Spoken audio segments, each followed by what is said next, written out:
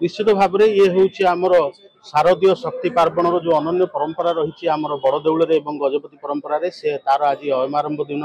आज हूँ मूलाष्टमी महादेवी राधाष्टमी ठार जो महानिद्रा थे सी जाग्रत हुंती एवं आज उत्थापित है से सहस्र कुंभाभिषेक स्नान करती अभिषिक्त है पूजा बसी था महानवमी पर्यंत ये पूजा चले 16 उपचार त्रिकाल पूजा कराए एवं एथरक अष्टादश दिन 18 दिन पड़ू पूजा तेणुक आज ठार जो आरंभ है जहाँ परंपरा रही गजपति प्रथम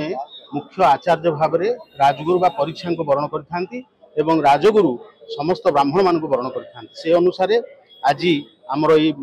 श्रीनगर ठारे श्रीनगर जो सिंहद्वारा ठारे महावीर अच्छा परंपरा मुताबक सेठारे प्रथम आमर पार्वण पूजक जी रही विमलांकर नरसिंहपुर रथ सामंत ब्राह्मण तांकु प्रथम बरण करागला से माने पारंपरिक भाव में वंशज भाव से पूजा कर दीर्घ दिन तापर परीक्षा भाव में बरण हेले परीक्षा पार्वण परीक्षा पार्वण पूजक तापर आपणकर जो विभिन्न देवीपीठ रही श्रीमंदिर स्थित भुवनेश्वरी देवी पीठ बट मंगला देवी पीठ उत्तरायणी देवी पीठ ये हूँ मंदिर भितर एवं श्रीक्षेत्र मध्य आपणकर दक्षिण काली पीठ आलामचंडी पीठ एवं चर्चिका पीठ तथा कपिलेश्वरपुर में पंचमुखी ठाकुराणी पीठ में गजपति तरफ गुआ नड़िया बरण कर ब्राह्मण को बरण कर पूजा एवं चंडी कार्य चंडी पाठ कार्य कराए से अनुसार आज मुख्य भाव में पूजक बरण कराए श्रीनगर एवं दुर्गांकर आपणकर सहस्र कुंभाभिषेक है श्रीमंदिर रे विमलांकर जगमोहन रे बाकी समस्त आमर चंडी पाठक मंत्र जापक एवं सहस्र नाम पाठक जो ब्राह्मण माने वरण होबाकू अच्छी से आचार्य वरण करी आज ठार पूजा बसे एवं त्रिकाल पूजा सकाल धूप एवं मध्याह्न धूप तापर संध्या धूप आलती ये सब कार्यक्रम कराए जहाँकि महानवमी पर्यंत चले आम उत्कलीय परंपरा रे 16 उपचार पूजा एवं 16 पूजा बोली जहाँ को कह जाए सी हूँ मूल एवं त्रिकाल पूजा मध्य आम विधानर प्रमुख एवं ये जो शक्ति पार्वण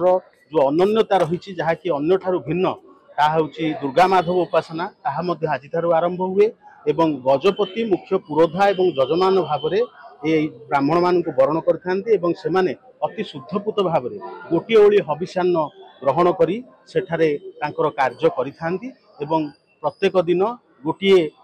ताल बा गोटे नियम रे से कार्य आरंभ हुए एवं जहाँ महानवमी रात्रि पर्यंत चले एवं से समापन होता है एवं ये पूजा समग्र विश्वर कल्याण पाई समग्र जनमानसंकर कल्याण पाई गजपति तरफ एवं प्रशासन सहयोग अति प्राचीन कालू आमर पूर्वज माने करुले आमे अनुधावन करी अनुसृत परंपरा अनुजाई वर्तमान पर्यंत जारी रही 16 पूजा जो अनुष्ठित हुए